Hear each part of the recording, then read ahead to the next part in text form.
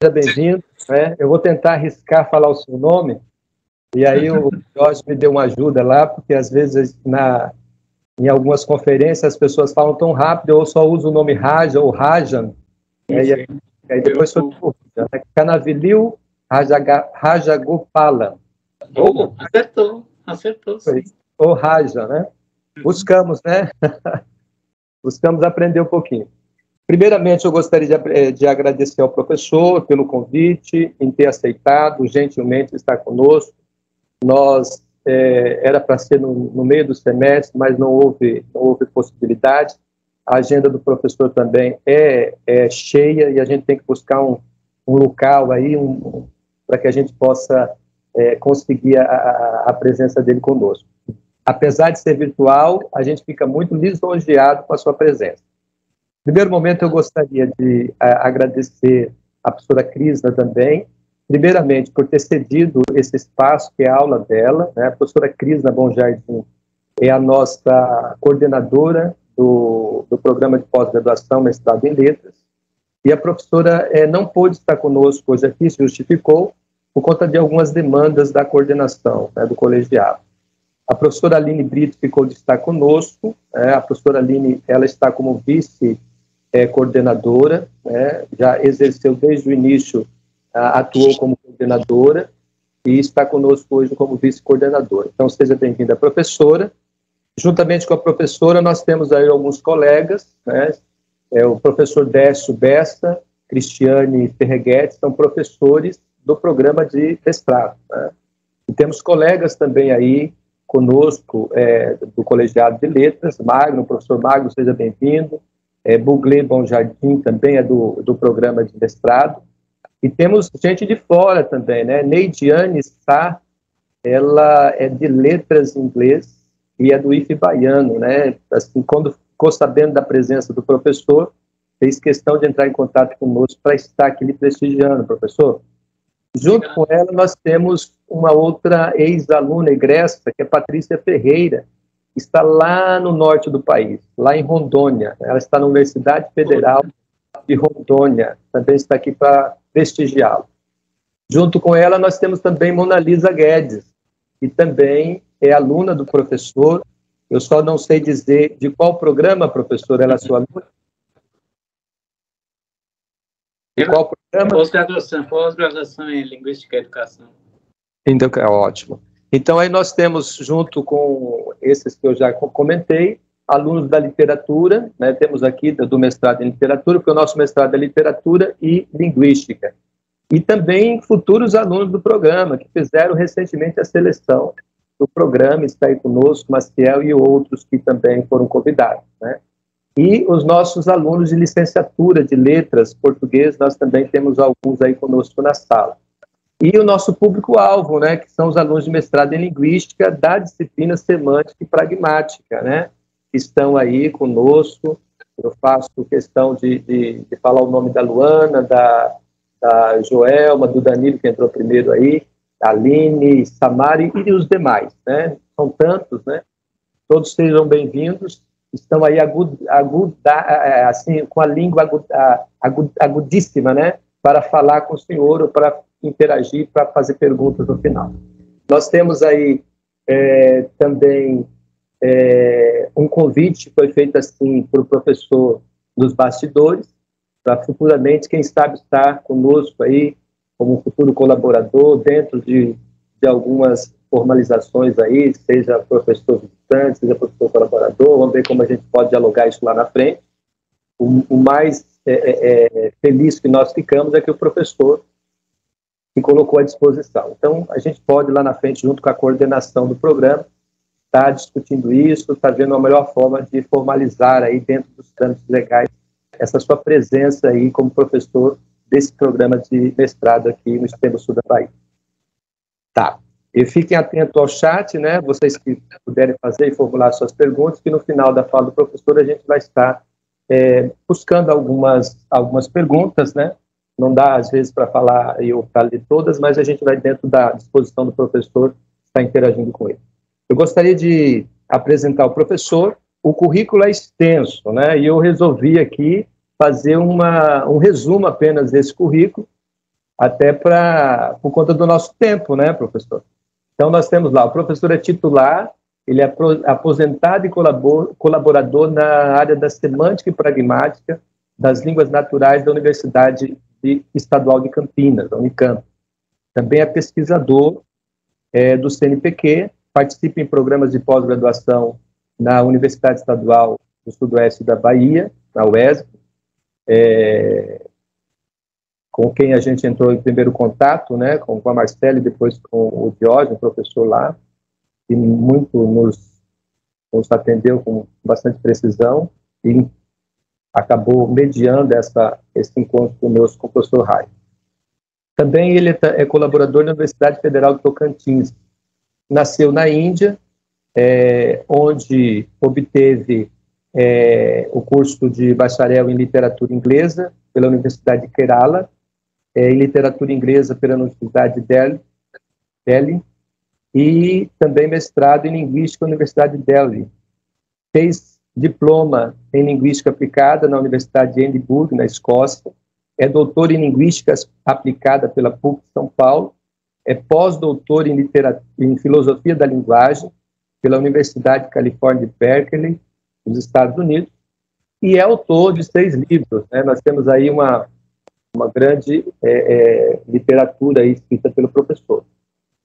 Por uma linguística crítica pela parábola, a linguística que nos faz falhar, também em parceria pela parábola, políticas em linguagem, perspectiva identitárias, uma parceria também com a editora de Mackenzie, a Mackenzie, Applied Linguistics in Late American, pela editora John Benjamin, e Nova Pragmática, Fases e Feições de um Fazer, pela parábola, e um mapa da crítica nos estudos da linguística, da linguagem e do discurso, pela editora Pontes. Colaborou com Yves Lacoste na publicação da edição brasileira do livro A Geopolítica do Inglês, pela parábola, e publicou mais de 650 textos, sendo eles artigos em revistas nacionais, internacionais, resenhas, resumos, capítulos de livros, prefácios e etc., além de muitos verbetes também. Contribuiu com muitos verbetes, capítulos e apresentações em textos em anais, né? Não dá para colocar todas as enciclopédias que o professor contribuiu aqui, mas são inúmeras, né?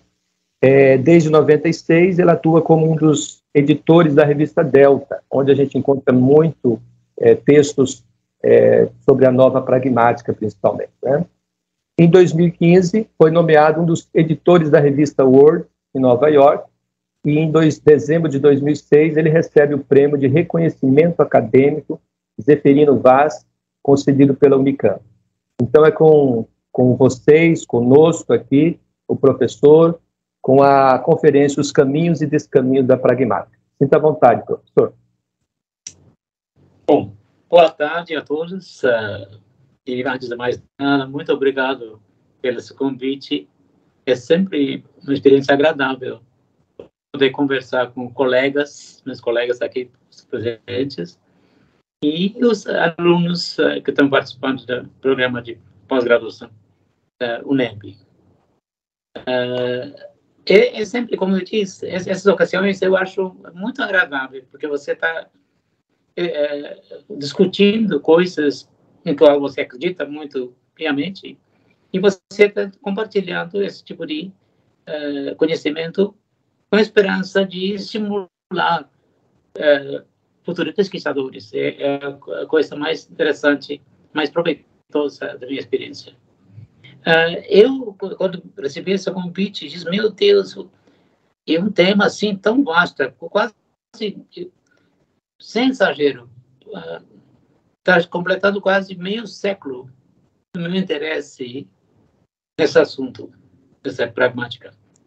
Para dizer a verdade, eu conheci essa área como interessante para pesquisa quando estava justamente no Edimburgo.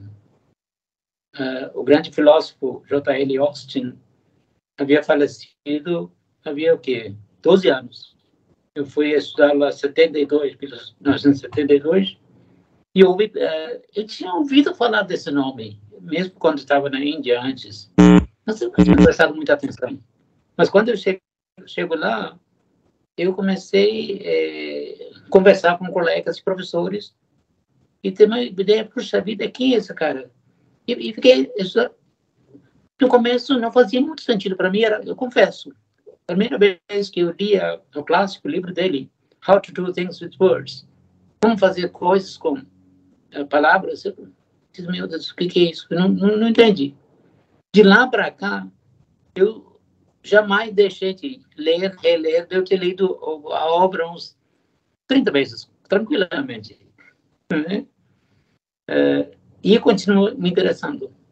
Uma boa parte da minha publicação, minha pesquisa, tem se concentrado nessa área justamente de pragmática. E daí eu pensei, meu Deus, como é que eu vou abordar essa questão que eu venho estudando há 50 anos, de uma forma de uma fala de uma hora e pouco. E aí eu disse, mulher, eu vou fazer uma leitura dessa minha trajetória, na verdade, mas também destacando algumas questões centrais que você não encontra em textos escritos sobre o tema.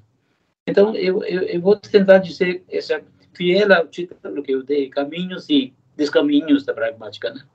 Então, eu quero começar dizendo a própria palavra pragmata. Pragmata. Uma das minhas andanças pelos países do mundo, quando estive na Grécia, uma das vezes, eu comecei a prestar atenção nas pessoas falando entre si, do grego moderno. Uma das palavras que eu não falo grego moderno, minha esposa fala assim. Então, ela me ajudava a quebrar galho. Mas uma das coisas que você escuta o tempo todo é pragmata. Meu Deus, todos eles são pragmatistas? O que é isso? Daí que eu fui procurar saber. Tem um barulho saindo. Eu vou perguntar o que é pragmata em grego moderno. A pragmata é plural da coisa, coisinha, coisita.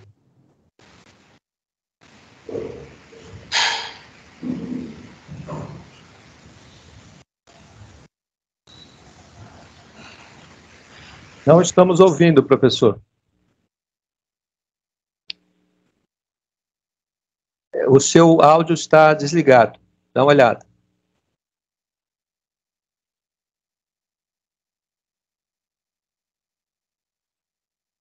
Não. O áudio está desligado. Tenta ver no... Isso. Aí. Agora isso. sim, né? Agora sim. Então, a questão de... Eu estou falando de pragmata, né? Por que eles falam pragmata o tempo todo? Daí que me ocorreu, puxa vida, pragmata nada mais do que o que no Brasil a gente fala de troço. Aquele troço, né? Aquele troço, o que é isso? É uma espécie de palavra coringa que eles usam. Quando você não sabe o que é a coisa, você diz aquele troço. Eu me lembro, 50 anos atrás, quando vim para o Brasil, direto da Índia, eu não falava uma palavra de português. Então, eu estava sofrendo o tempo todo para decifrar o que as pessoas estão dizendo e responder alguma coisa em português apenas. Mas aí, um dia que eu aprendi essa palavra troço, foi a salvação para mim. Porque eu quero aquele troço, eu não sei o que é aquilo ali. Então, sendo qualquer palavra que eu não conheço, eu tacava a palavra troço. Troço era a palavra coringa. Você não sabe o que é, você usa a palavra troço. Por que eu estou dizendo isso para falar de pragmática? Eu acho que pragmática tem essa questão de... não é uma coisa altamente teórica. Quando a gente está falando de pragmática, como a área de linguística, nós estamos falando da forma mais cotidiana, mais observável das coisas na linguagem. Pé no chão. Além do mais, é pé no chão. Então, uma das características marcantes da pragmática, a forma como está desenvolvendo hoje, eu pincelaria a seguinte questão. A pragmática é uma forma de pensar a linguagem com uma certa ojeriza, eu usaria a palavra ojeriza, contra a teoria, para a teoria mesmo. Porque nós temos uma mania, muitas vezes, ficar teorizando só porque a gente tem uma curtição pela teoria. Tá certo? E muito mais importante é, aqui e agora, como é que pessoas se viram com a linguagem. Então, é tirar o foco da teorização, grandes teorias, né, mirabolantes, para ver como é que pessoas, de fato, lidam com a linguagem no seu dia a dia. Tá certo? Então, isso é extremamente... Eu vou elaborar essa questão ao longo da minha fala, mas essa questão, lembra-se, tem um aspecto da pragmática que leva pé no chão, um estudo pé no chão sobre a linguagem. E a grande nome dessa filosofia, pelo menos no meu olhar, é esse filósofo inglês chamado J.L. Austin, John Langshaw Austin, que faleceu em 1962. 1960 ele faleceu, 2 anos mais tarde, o livro dele clássico, How to Do Things with Words, saiu na forma póstuma, né, depois da morte. Então, e nesse livro, o Austin, eu não vou discutir todos os livros, mas sinteticamente eu vou pincelar aqui a questão central. Austin colocou uma questão muito interessante. Ele disse, olha, durante anos a fio, nós somos enganados. Pessoas fizeram que uma frase declarativa serve para fazer uma asserção. Uma frase interrogativa serve para fazer uma pergunta. Frase, modo imperativo, serve para ordem, pedido, etc, etc. Daí você diz, será que... Quando você... Isso é teoria ótimo. Teóricos, gramáticos, elaboram essas teses mirabolantes, ótimos. Mas se você pergunta, o que está acontecendo na vida, dia a dia? Como é que pessoas se dividem?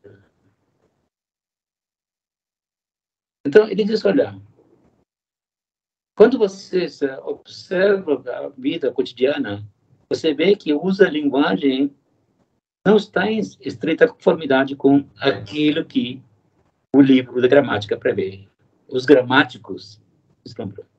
Então, o exemplo que ele dá, o exemplo mais famoso, é um caso de um casamento numa igreja.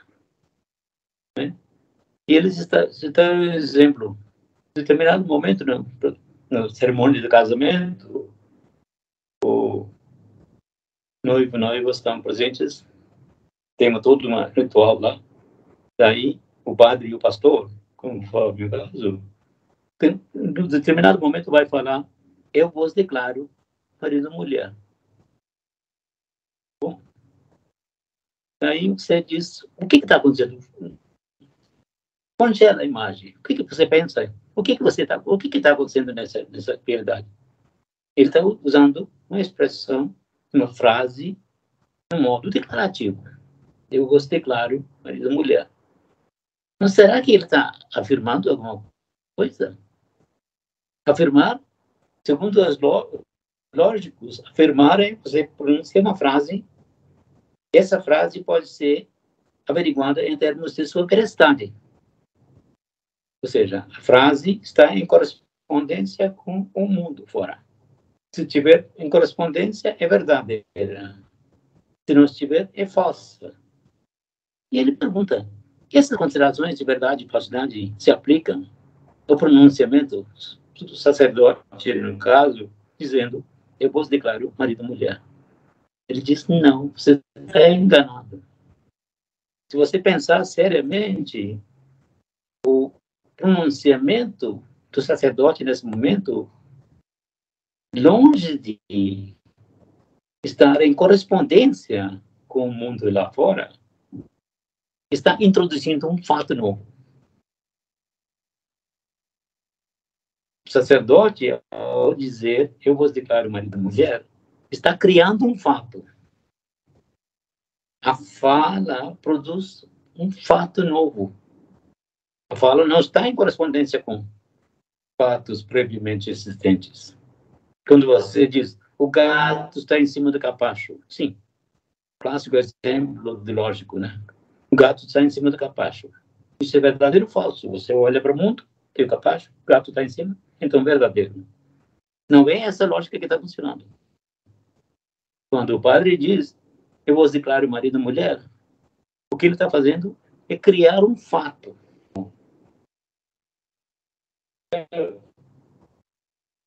Ou seja, isso é extremamente interessante. Tudo que a gramática nos ensinou, que a declarativa serve para fazer afirmações que podem ser averiguadas em termos de falsidade, verdade e falsidade, cai por terra. Porque um simples caso, que todos nós estamos acostumados com isso, o que acontece nesse caso, eu vou declarar marido e mulher, é um fato novo.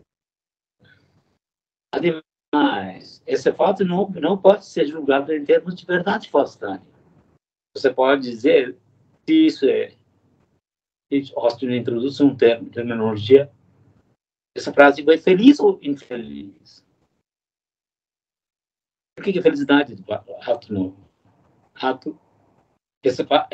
Felicidade quer dizer se a pessoa que estava pronunciando era de fato, o sacerdote, e não alguém que está querendo ocupar o lugar. Tá certo? E tem uma série de outras condições. Cada igreja tem suas regras. Que o casal que está lá não pode ser previamente contraído casamento, pode ser não casado, tá certo? É uma série de coisas. Então, essas coisas externas contribuem para a frase ser o enunciado, construir uma verdade. Na verdade, não. Felicidade ou não. Feliz ou não. Então, essa ideia de criar fatos novos é uma descoberta, um lance muito importante para... Até agora, até então, pessoas continuavam dizendo que a frase declarativa só serve para fazer afirmações. Não. Aqui nós estamos falando de um caso de um enunciado que serve para introduzir um fato novo nessa questão. Tem um filósofo escocês, mais ou menos na época que ele escrevia, mais ou menos na época da década de 70, 70, escocês, de Edimburgo, que era também um sacerdote, Richard Holcroft. Eu assisti uma conferência em Edimburgo, ano passado, né? Eu também não tinha muita consciência.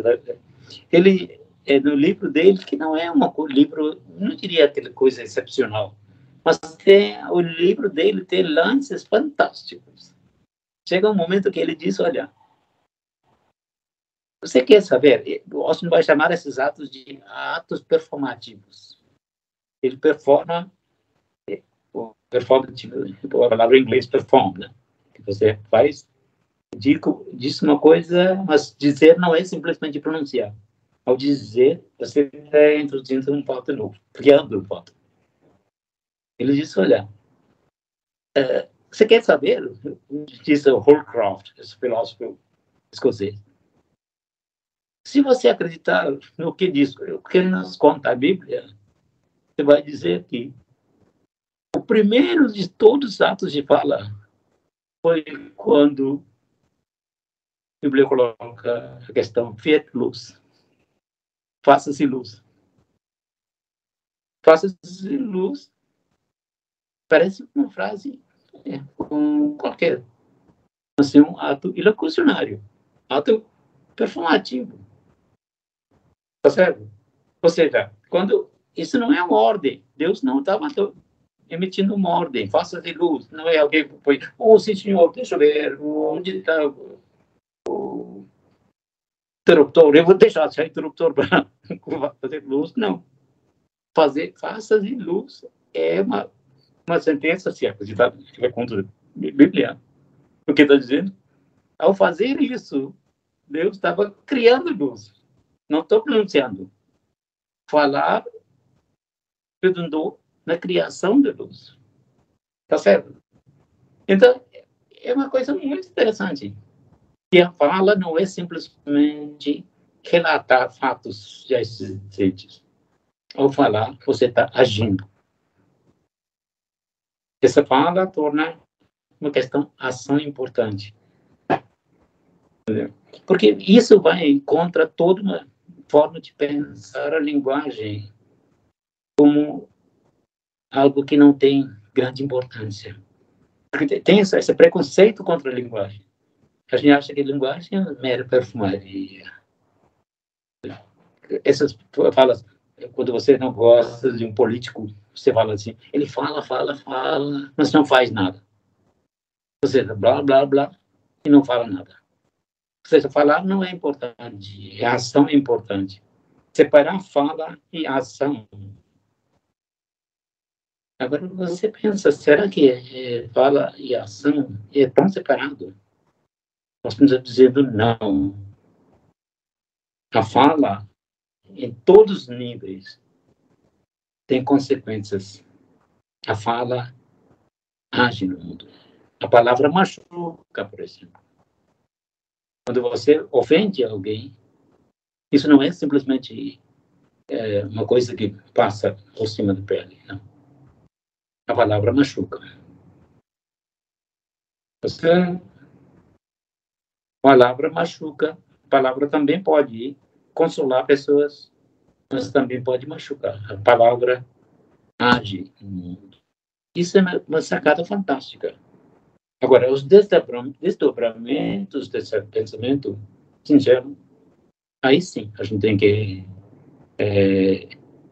pensar mais a fundo. Eu vou passar bem por cima disso, eu não vou entrar em detalhes, porque a teoria de atos fala é muito mais rico do que eu quando se colocar, mas eu estava pensando o insight mais central dessa, concentrado na ideia de que ao falar alguma coisa, nós estamos agindo.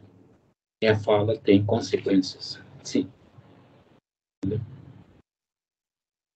Bom, essa ideia despertou muita curiosidade. Vários outros pensadores, o filósofo francês Jacques Derrida foi um dos grandes autores que trabalhou em cima dessa ideia de atos de fala, a ideia de performatividade. Quando você fala, você está perfumando. Essa ideia foi despertada. Shoshana Feldman, que é norte-americana, faleceu, psicanalista, tentou explorar, e já explorou com muito brilhantismo, o aspecto psicanalítico dessa. Judith Butler, que eu não sei se você conhece, Judith Butler é uma grande filósofa. Ela usou isso, a teoria de atos de fala, para mostrar a questão de gêneros, por exemplo. Ela é um grande filósofa que trabalhou em cima do gênero, diferentemente do sexo. Né? Ela fala, por exemplo, a gente também como é que cria essa imagem de gênero? Ela tem uma sacada fantástica. Ela diz, olha, quando nasci neném, a parteira que pega a criança, né, e anuncia para o mundo, isso é menino. Ela tem uma sacada fabulosa. Ela diz, olha, vamos analisar o que está acontecendo. O que a parteira está fazendo agora? Ela diz, engana-se quem acha que está apenas dizendo que esse é um menino, sexo masculino. Não. Ela diz muito mais do que isso. A parteira está reproduzindo a voz de uma sociedade inteira. Isso é um menino. E, dependendo da visão da sociedade, carrega todos os atributos que se tem, separando menino e menina. Tá certo? Como diria a ministra Damares, diria, não, agora é menino, tem que gostar de azul. E menina tem que ajustar cor de rosa. Sabe aquela coisa? Ou seja, a sociedade começa a intervir na sexualidade, no gênero desse recém-nascido. Ou seja, a programação da pessoa começa já de berço. E a parteira está simplesmente agindo como porta-voz dessa voz da sociedade. Ou seja, o que a Júlia está dizendo que a discussão sobre gênero começa já no berço. A sociedade que tem um papel fundamental nessa questão. Ou seja, jamais deixa de fazer intervenção na vida do indivíduo. A fala tem esse poder. Bom, você diz, tudo bem, ótimo, isso é pragmática. Pragmática vai muito além da questão de linguagem, pensando bem, está afetando, como através da linguagem, nós agimos politicamente nesse mundo. Essas escolhas que a gente faz não são meras escolhas. Essas escolhas têm cunho político. Politicamente, nós estamos nos posicionando politicamente. Bom, então, qual é a grande embate que está se criando aqui? Nós estamos, quando você fala da pragmática, nós estamos colocando em xeque uma visão herdada há muito tempo, ao longo de séculos, que a nossa vida tem que ser centrada na lógica. O poder da lógica, historicamente, sobretudo no mundo ocidental, o desenvolvimento da lógica e gramática aconteceu de mãos dadas. Até hoje a gente tem essa ideia. Muitos argumentos, eu tinha um colega lá na Unicamp que pesquisou isso, gramáticas da língua portuguesa, desde o século XIII, alguma coisa assim. E um dos argumentos que sempre surge quando tem uma discórdia sobre qual é a forma correta de usar essa expressão. E o argumento invocado é sempre, não, aqui é mais lógico. Bom, por que a gente busca, por exemplo, você lembra que teve um celeuma aqui entre nós? Pouco tempo atrás, tinha alguma coisa, risco da vida. Vida inteira, a gente falava de isso é muito perigoso, eu não quero correr risco de vida, viu? Dirigir com 200 km por hora, eu não faço isso é correr risco de vida. Aí vem um gramático e diz, não, risco de vida não, risco de morte. Tá certo? Gente, qual é o argumento desse gramático? Porque é mais lógico. Vida não é risco, morte é que é risco. Tá certo? Ou seja, sempre lógica em cima da gramática. A lógica tem que... Você sabe que esse endeusamento da lógica é uma coisa louca na nossa vida. Endeusamento mesmo. Você ouviu falar do filósofo alemão Leibniz. Leibniz era grande lógico, inovador. Ele também era sacerdote, mas ele teve uma sacada, ele fala assim, ele ficou assim, admirado com a beleza da lógica. Ai, que coisa, lógica, é suma, perfeição. Ele chegou a dizer que na sua admiração, naquele delírio, ele diz: se o Deus Todo-Poderoso aterrissasse na Terra, entre nós, eu tenho certeza absoluta que ele nos dirigia na linguagem da lógica. Porque um ser tão perfeito jamais iria falar português, ou inglês, ou francês, línguas que não tem, línguas humanas não tem lógica. Lógica mesmo é lógica matemática. Então, essa ideia passa muito o nosso modo de pensar, que tem que ter a linguagem natural, tem que ter a perfeição da lógica. E a gente fica lamentando, ai, que pena que nossa linguagem não tem essa perfeição da lógica, né? Lógica que é perfeita. Assim, lógica, de certa forma, você pode, uma forma de analisar as nossas gramáticas é ler essas gramáticas como profundas lamentações sobre como essas línguas não são nem perto da perfeição da lógica. A lógica que tem aquela beleza e a língua natural são uma decadência. Você sabe que isso não estou falando de uma coisa assim mais estranha. Você sabe por que vou desviar um pouquinho o caminho da minha conversa principal para colocar um miolo na sua cabeça. Por que a gente tem tanto interesse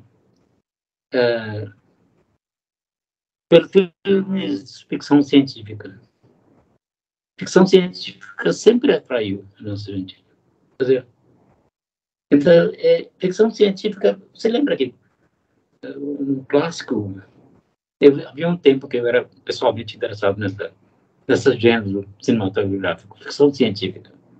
Então, no começo era muito crua, né? A coisa o mal aparecia, era muito fácil de ficar, era verde, tinha chifre, aquela coisa.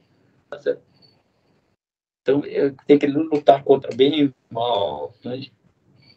E, ultimamente, quando Spielberg, sua vida, né? Grandes artistas de filme entraram, a ficção científica começou a ganhar uma densidade jamais vista. Então, entrava marciano, entrava entre terráqueos e logo assumia, chupava a alma do ser humano. Então, parecia igualzinho. Daí me fixei. Não era nem fácil identificar, não tinha nada ali. Como então, eu tive que fazer conchavo. Eu disse, olha, escuta, vem cá, eu sei que você é você. Você não acha que aquele cara que está entre nós parece mais marciano? Ele está se comportando meio estranho. Né? Nesse momento que entra a nossa desgraça. Porque a única forma de fazer um conchavo com você é falando. Eu sou obrigado a falar. Agora, esse marciano, o Joãozinho foi possuído pelo marciano. Tá certo? Eu estou olhando. Ele nem precisa falar. Ele tem uma capacidade inacreditável. Ele olha para mim, minha cabeça, chupa a ideia direto da minha cabeça. Sabe qual é a palavra que eu estou querendo? Como é que chama essa habilidade extraordinária de tirar ideia direto da cabeça do outro, sem intermediação da língua? Alguém sabe? Chama-se telepatia. O marciano tem a capacidade de telepatia. Tá certo? Ou seja, nem precisa da linguagem. Você olha para o cara e chumbo. E é o nosso sonho, gente. Confessa isso. Nosso eterno sonho é adquirir essa capacidade de telepatia. Então, você não precisa nem de língua, nem gramática, tudo já. Você olha direto, cabeça tira. De certa forma, você pode entender a linguística como uma profunda lamentação sobre como nós, seres humanos, não temos essa capacidade de telepatia. Pode crer, eu escrevo. É muito incrível isso é incrível mesmo. Como o subtexto que emerge de muitos tratados da linguística e discussões sobre linguagem é isso. Ai, que pena que o ser humano não tem essa capacidade de telepatia. Se tivesse telepatia, ai, que séria, que glória. Infelizmente, a gente tem que aturar com essa porcaria chamada a língua natural. A língua natural está cheia. A língua natural tem ambiguidades, vagueza, tudo é triste. Então, já que não tem telepatia, a única forma de pensar a perfeição é uma lógica matemática. Acontece, veja bem, quem estudou um pouquinho de lógica sabe que a lógica não é única. A lógica nunca é monocrática. São lógicas. Dependendo da sociedade, você tem lógicas diferentes.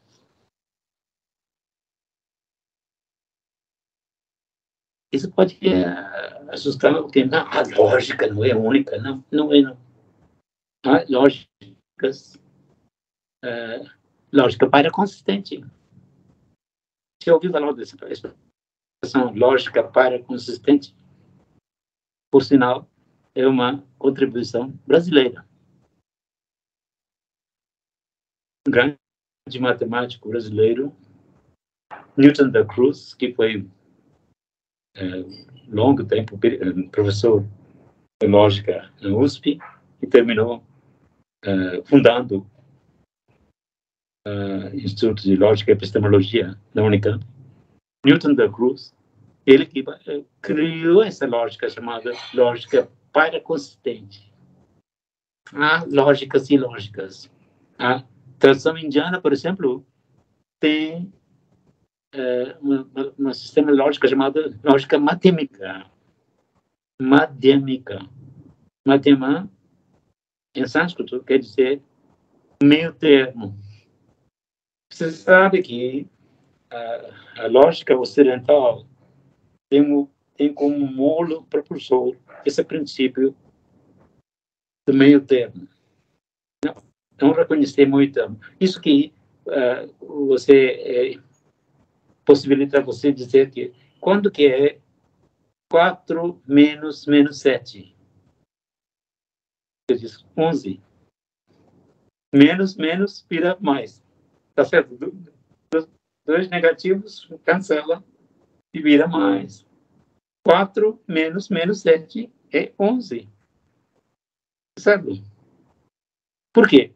Porque a gente aceita, de bom grado, esse princípio da ausência do meio termo. Não pode haver meio termo. Agora, imagina, a tradição indiana tem uma lógica chamada madhyamika, cujo princípio basilar é exatamente o meio termo. Então, por exemplo, aqui, por exemplo, quem não está vivo está morto. Quem não está morto está vivo. Tá certo? Agora, na tradição indiana, você logicamente consegue mostrar reencarnação. Que você não está vivo, não quer dizer que você está morto. Você pode continuar vivo depois da morte. Isso é reencarnação. Ou seja, o que estou chamando, eu não estou fazendo discussão sobre lógica, você está apenas chamando, é lógico, não é fim da discussão. É apenas uma lógica. É uma forma de pensar, não é a forma de pensar. Certo? Então, a grande questão que a pragmática está nos colocando é destronar essa supremacia de pensar simplesmente é lógica pensar que há uma forma derradeira de linguagem ser, né? A gente vai ter que aturar com a linguagem que nós temos. A linguagem é a única forma que nós temos, que a gente tem que respeitar com todos os problemas. Às vezes, a linguagem pode parecer até contra regras estabelecidas pela lógica, que a gramática diz, não é risco de vida, não é risco da morte. Isso é loucura, gente. Isso é falta de o que fazer na vida. Porque a linguagem tem sua própria forma de ser. Agora, veja bem, quero voltar para Austin. Austin, ao longo da discussão sobre atos de fala, vai dizer que o que torna um enunciado um ato de fala é porque cada enunciado tem sua força ilocucionária. Entendeu? Então, uma sentença da forma declarativa não necessariamente tem a força de uma asserção. Pode ter até força de uma ordem. Dando um exemplo que não é dentro dessa discussão, mas pincelando um exemplo usado em outro contexto, qualquer por um linguista chamado Henry Wilson, ele dá um exemplo para um outro contexto, mas o exemplo é muito interessante. Um casal dentro da casa e o homem chama a mulher, o telefone começa a tocar. Daí o homem liga, fala para a mulher, bem, o telefone está tocando. Tá bom? Daí a voz do outro lado diz, olha, eu não posso, eu estou no banheiro. Tá bom, então eu atendo. Daí ele disse, olha, onde é a imagem? Imagina um marciano ouvindo essa discussão. O homem fala, telefone tocando. E outro diz que eu estou no banheiro. Tá bom, eu atendo. Marciano disse, será que eles são loucos, completos loucos? Como é que pode? Essas frases não têm menor conexão. Tá certo? Se você está telefone tocando, você está no banheiro, você não está bom, então está tudo bem, eu atendo. Como é que é isso? Meu Deus do céu. Ele disse, olha, as frases podem não ter conexão lógica, mas tem uma conexão pragmática, sim. Porque você tem que entender o que é contexto. Em que contexto que está sendo. Ou seja, se você olhar isso globalmente, essa sequência de conversação faz todo sentido. Tá certo? Essa sequência, sim. Tá, telefone. Não, eu estou no banheiro. Tá bom. Então eu... Tá certo? Ou seja, tem todo um conjunto de fatores que tornam essa sequência lógica, em seu modo. Ou seja, lá pelas tantas, Austin distingue 3 tipos de enunciados performativos, dos quais 2 tipos nos interessam muito mais. Ele faz uma distinção entre atos ilocucionários e atos perlocucionários. Isso é muito importante na discussão de Austin. Eu mesmo escrevi vários textos sobre esse tema. A ideia é que isso é uma bomba relógio nessa discussão. Ele disse, olha, bom, eu virei amanhã. Jura? Sim, eu prometo que virei amanhã. Quando eu falo isso, eu estou fazendo uma promessa e estou certificando que eu estou prometendo. essa promessa depende inteiramente de mim. Sim. Quem fala, promete. Certo? Agora, Austin coloca, tem um tipo de enunciados que não depende do falante. Ou seja, por que eu posso dizer em qualquer língua, em português eu posso, eu prometo que virei amanhã. Sim, isso é aceitável, porque depende de você. Agora, eu não posso dizer, eu ameaço você que baterei na cara. Eu ameaço você. Eu persuado você. Não. Atos como ameaçar e persuadir depende do meu interlocutor. O ouvinte tem que sentir ameaçado. O ouvinte tem que sentir persuadido. Não depende de mim. Tá bom? Claro. Ou seja, esse segundo tipo de enunciados, onde o peso da compreensão recai sobre ouvinte, são sendo chamados de perlocucionários. Um ato perlocucionário é um ato onde o peso da compreensão recai sobre ouvinte, não falante. O emissor não tem controle sobre o que vai acontecer. Tá bom? E cada vez mais, por exemplo, nós estamos percebendo, Austin mesmo talvez não tenha trabalhado tanto no perlocucionário como ele trabalhou nos enunciados ilocucionários. Eu estou caminhando os caminhos da pragmática, eu estou respondendo esse aspecto. Os caminhos da pragmática, eu entendo, cada vez mais, há uma tendência que você verifica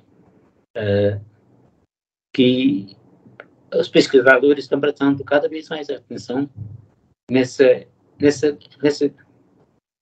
vertente perlocucionária de atos de fala, ou como a nossa fala impacta o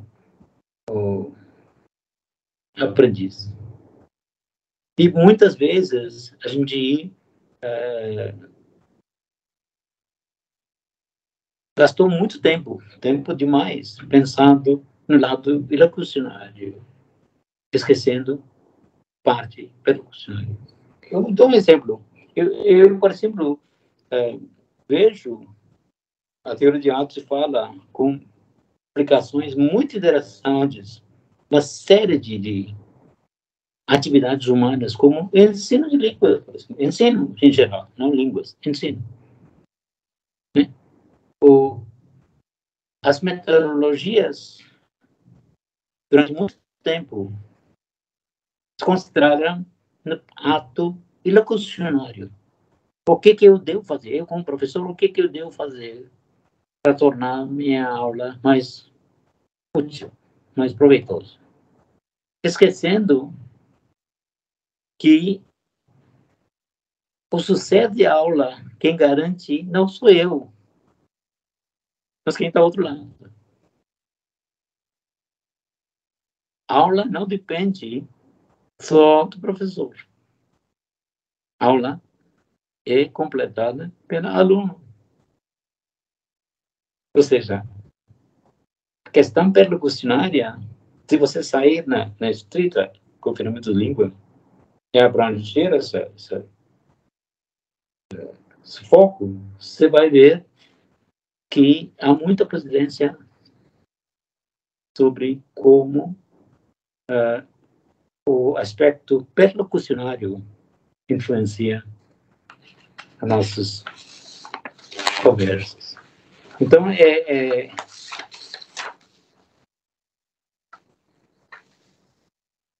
e isso, na verdade, eu pessoalmente acho que esse lado perlocucionário ainda é muito pouco pesquisado, muito investigado na área. E quanto mais você começa a mexer com essa questão perlocucionária, você percebe, meu Deus, a gente perdeu o bonde andando. Tem muito mais nessa parte perlocucionária do que não ilocucionária. Ou seja, não sou... Eu posso falar a língua, mas quem controla a língua não sou eu. E isso, Heidegger que teve uma sacada fantástica, né? Eu não falo, eu sou um ser falado.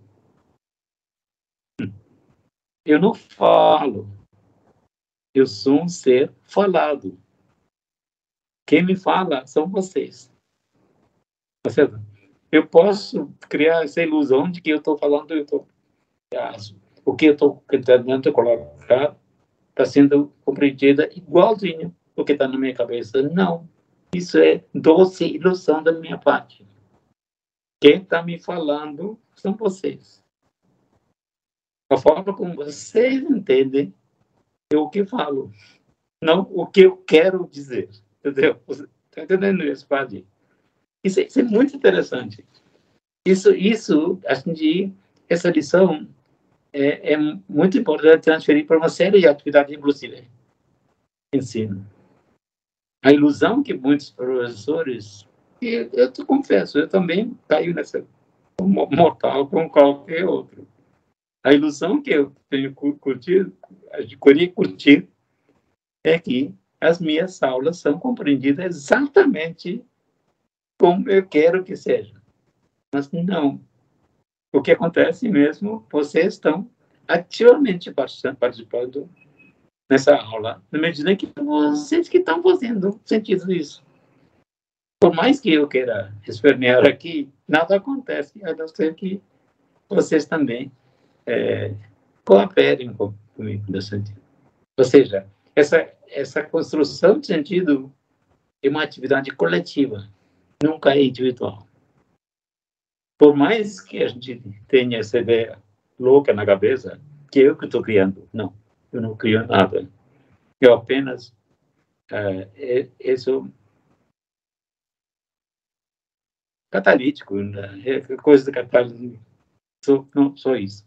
Agora, eu vou terminar isso falando, veja bem, no fundo, quando você adentra nesse campo de pesquisa pragmática, o que você faz de diferente é que você aborda a linguagem de forma...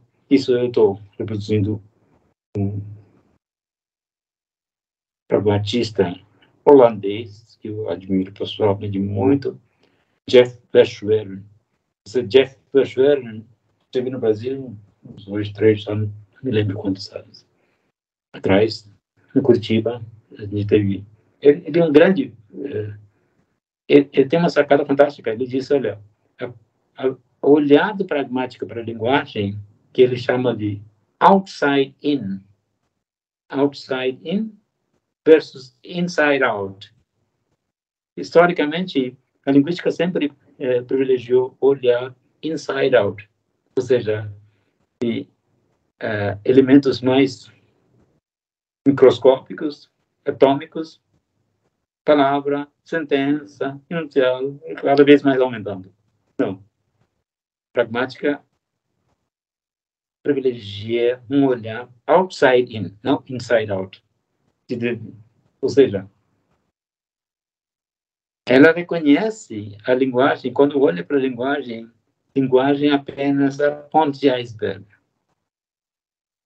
Linguagem é apenas uma ponta de um enorme iceberg. Esse iceberg, na verdade, tem outros ingredientes. Tem a sociedade, tem a história da sociedade. Ou seja, eixo horizontal tem uma sociedade, esse vertical tem toda uma história. E é nesse momento que a gente percebe que a linguagem e a cultura estão intimamente ligadas. Olhar pragmática respeita isso. Não cria esses... E por isso mesmo que olhar pragmática ser luta em partir de universais. A linguagem, o olhar pragmático é localizado.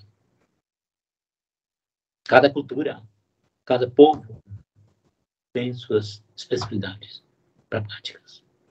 Bom, eu vou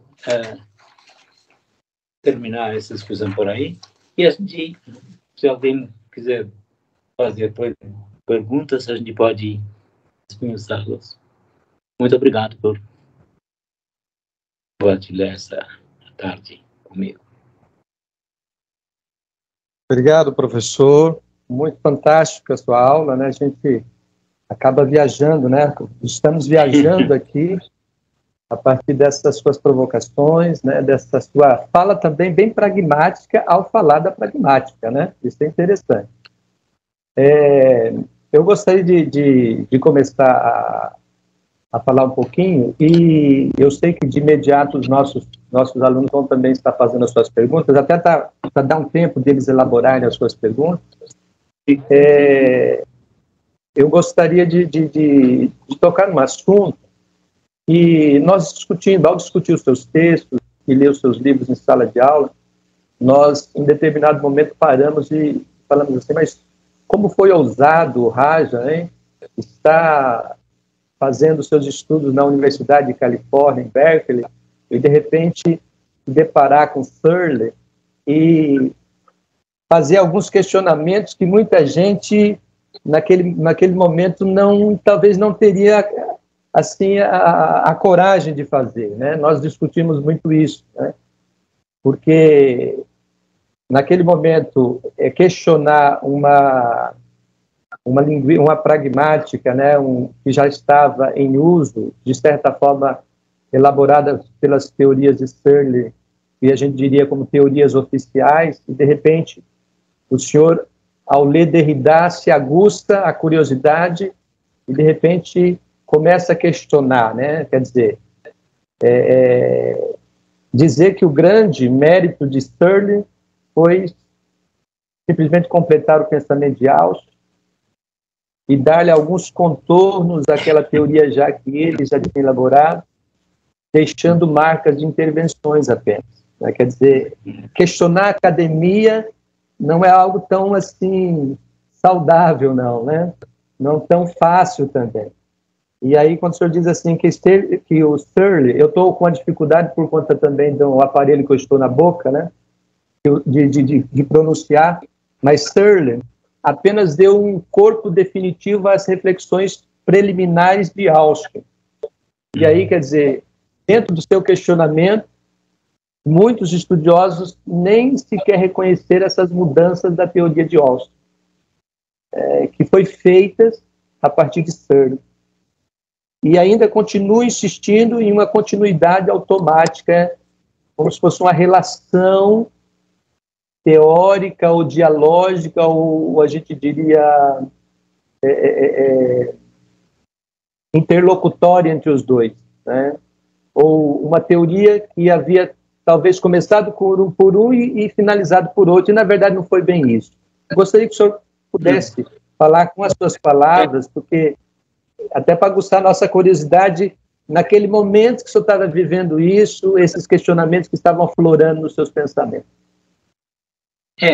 Quando eu fui à Califórnia para fazer o pós-doutorado, eu já tinha me preparado, eu já tinha minha tese de doutoramento que eu defendi em 1982, 40 anos estou completando minha tese de doutorado, era muito mais fiel à leitura de Johnson. Inclusive, eu tinha correspondência muito antes de conhecê-lo pessoalmente, eu correspondia com ele, e ele influenciou muito a minha tese. Era bem mais presa na lógica e tudo mais. Até que eu comecei a me deparar com a escrita do Jacques Derrida. Derrida virou minha cabeça completamente nesse sentido. Bom, o que eu tentei colocar naquele livro, eu escrevi vários textos sobre isso, é que o John Searle tem toda uma história sobre isso, né? Quando John Searle entrou na cena acadêmica dos Estados Unidos, ele veio para preencher uma certa lacuna que havia. Porque na 57, 58, quando Austin estava em plena auge da sua fama e tudo, a Universidade de Califórnia havia sondado ele para transferir de Oxford para a Califórnia. Né? E segundo eu consegui apurar lá na Califórnia, ele tinha sido muito impressionado com essa coisa. Ele ia concordar com. Então, havia toda uma expectativa que o Austin aparecesse na Berkeley para integrar o corpo docente. Só que nesse intermédio câncer pegou. E foi fulminante, ele morreu rapidamente. E houve um vácuo, né? E nesse momento que John Searle autoriza, recém-formado, da Universidade de Oxford. Então, vamos, já que não tem mais Austin, alguém que estudou com Austin. Só que o que Searle fez, na verdade, isso, a leitura, que não sou o único. Hoje em dia tem cada vez mais gente concordando com isso. Ele tentou, em nome de completar o pensamento, fez completo, né? Porque o Austin mesmo deixou uma obra inacabada. How to Do Things Before Say. Não é nem ele escreveu. É escrito por outras pessoas. Marina Svissa, que é uma italiana, que eu conheci pessoalmente, que está escrevendo um livro agora.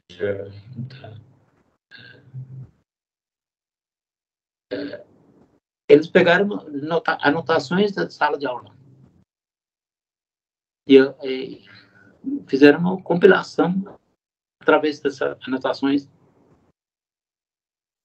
Ou seja, é uma obra criada a partir das anotações dos alunos. E John Searle entrou em cena dizendo que eu vou dar uma parada. Agora, nessa parada, não foi uma simplesmente. Isso foi muitas coisas. A sua conexão não está muito boa, professor.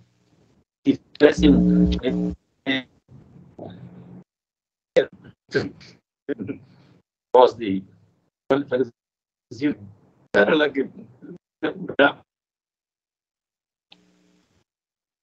Professor? A sua conexão talvez seja por conta da internet aí ou aqui, né? As últimas falas suas não foram compreendidas. Parece que ele caiu, né, gente? Vamos esperar. Marcele, você chegou, tá aí, Marcele? Que bom. Oi, boa tarde, pessoal. Infelizmente, eu tive que acompanhar com urgência uma colega ao hospital, aí eu não pude estar presente nas primeiras falas, né? Mas estou aqui. Mas que bom. Forte. Vamos esperar, vamos ver se ele consegue reconectar, né? Aí eu gostaria que vocês pudessem já... Pode assim, é uma aula, tá, gente? Pode abrir o microfone, pode fazer as perguntas a ele, fiquem... Assim, acho que é até melhor, tá bom? Como é uma aula, a gente tem essa liberdade. Apesar do nome conferência, que foi um pedido dele.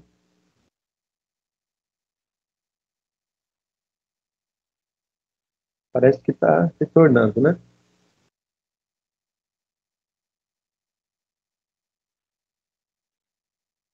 Eu vou falar com o Zap para ver o que acontece.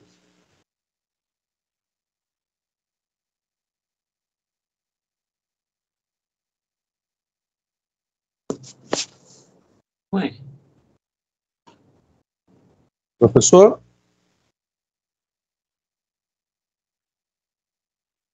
Oi. Oi. Tá conseguindo me Voltou? ouvir? Oi. E agora estamos ouvindo, só não estamos vendo. Está ouvindo? Isso. Deus. Por aqui eu estou vendo. Está vendo? Ótimo. É que talvez para mim não está aparecendo. Mas é só a sua fala, alguns minutos finais só que nós ficamos sem entender, professor, por conta da conexão. Não. Está conseguindo me ouvir agora? Isso, estamos ouvindo. Oi. Estamos então, ouvindo. O que ele fez foi, eu usaria aquela metáfora do Procrustes, né? Aquele personagem da lenda grega, que era Procrustes. Tem uma personagem que aparece na lenda grega. Procrustes era um dono de uma pousada. Ele era tão rigoroso em atender os clientes que todos os clientes tinham que caber na cama exatamente. Se era alto demais, cortava a perna, que estava baixo demais, esticava, ou seja, colocou no rigor de um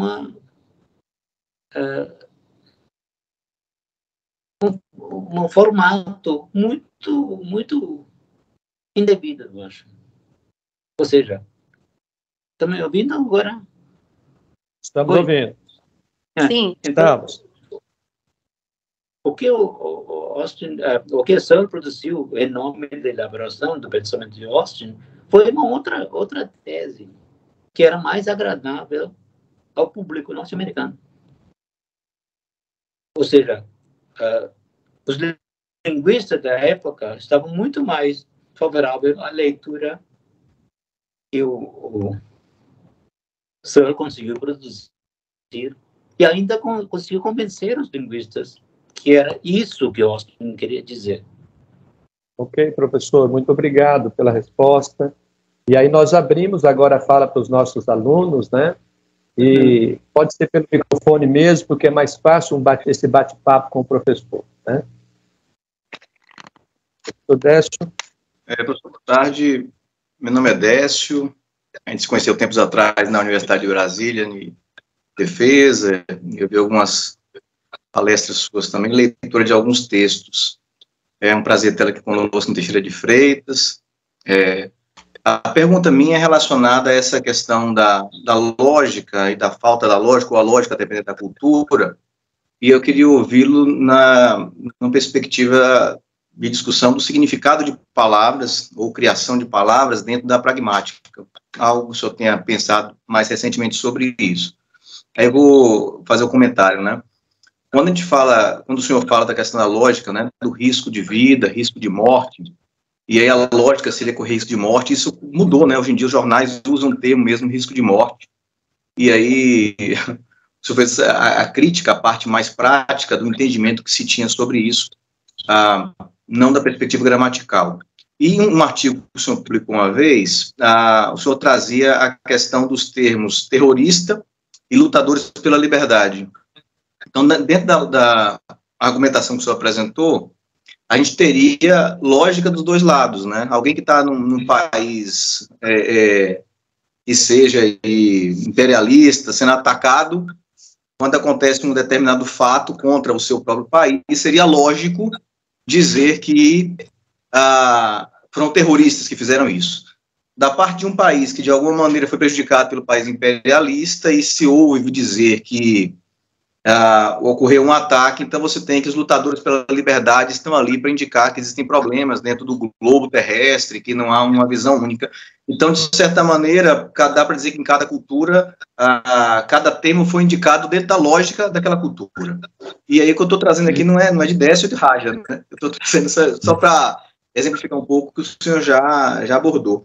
E a minha pergunta era nesse sentido: que outras reflexões relacionadas a essas questões de palavras, né, talvez no contexto brasileiro atual, o senhor tem pensado ou discutido, né, no sentido do impacto dessa escolha, dessa criação de palavras e como é que elas interferem na nossa sociedade? Era isso.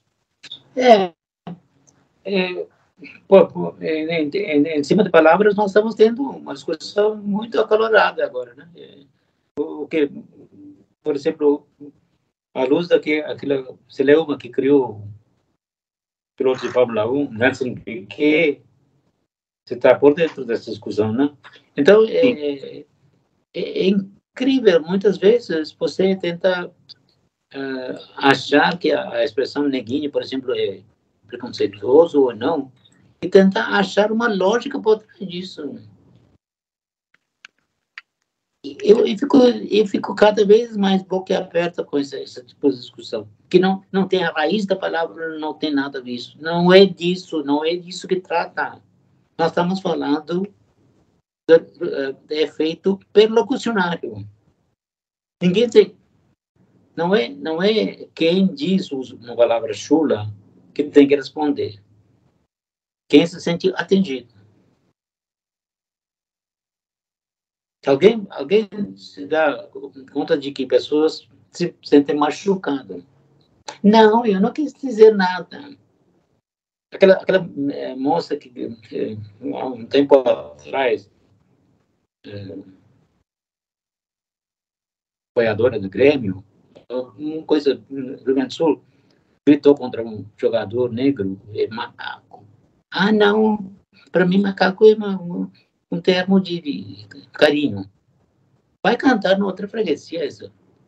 Se o cara tem sentir ofendido, tem que ouvir quem sentiu ofendido, porque a questão aqui é colocada é perlocucionário, não é ilocucionário.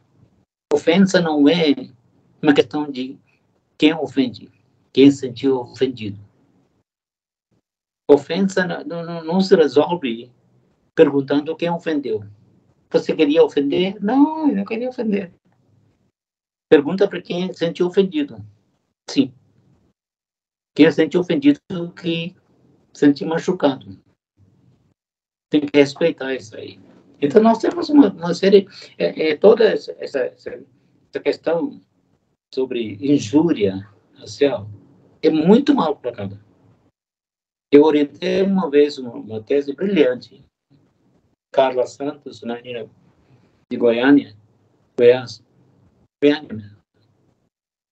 Ela defendeu uma tese brilhante sobre a questão de